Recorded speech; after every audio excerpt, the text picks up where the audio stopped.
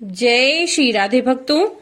पितर विभिन्न लोकों में रहने वाली वे दिव्यात्माएं और जीवात्माएं हैं जिनसे देवता, मनुष्य आदि की उत्पत्ति होती है। ये बहुत शक्तिशाली माने गए हैं।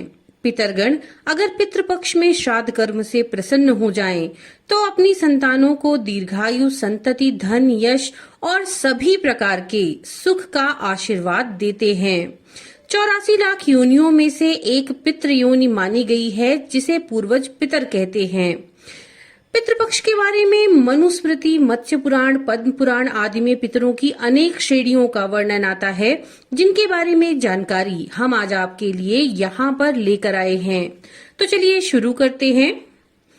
पितरों को दो वर्गों में विभक्त किया जाता है, एक दिव्य पितर और दूसरे पूर्वज पितर।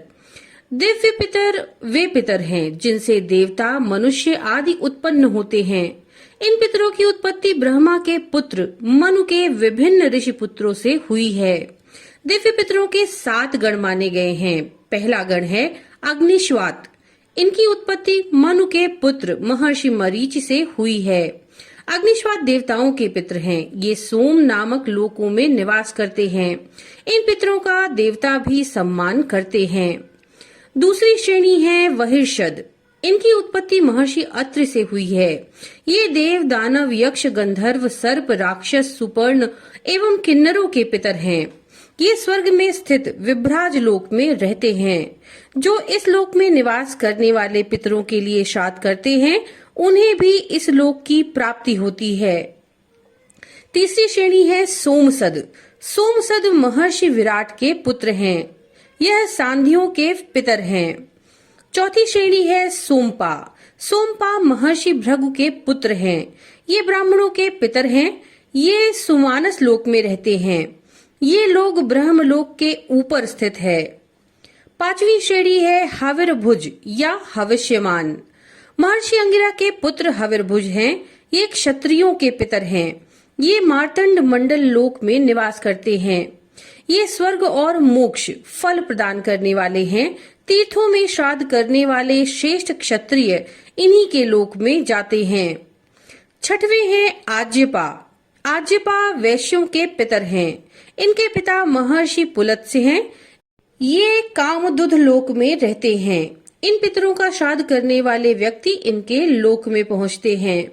सातवीं श्रेणी है सुकाली। सुकाली महर्षि वशिष्ठ के पुत्र हैं। ये शूद्रों के पितर माने गए हैं।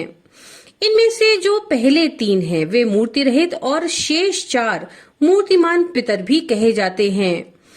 इन 7 प्रमुख पितृगण के अलावा और भी दिव्य पितर हैं। उदाहरण के लिए अग्निदग्ध, काव्य, सौम्य आदि। इसके बाद दूसरी श्रेणी थी पूर्वज पितरों की। इनमें वे पितर सम्मिलित होते हैं जो कि किसी कुल या व्यक्ति के पूर्वज हैं। इनका ही एकोदिष्ट आदि श्राद्ध होता है। इनको 2 वर्गों में विभक्त किया जाता है। पहले हैं सपिंड पितर। मृत पिता, पितामह, प्रपितामह के 3 पीढ़ी के पूर्वज सपिंड पितर कहलाते हैं।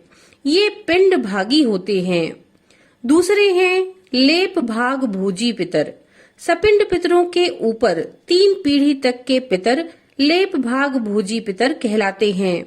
ये पितर चंद्रलोक के ऊपर स्थित पितृलोक में रहते हैं। तो इस प्रकार से पितरों की श्रेणियां होती हैं। हम आशा करते हैं ये जानकारी आपके लिए रुचिकर होगी।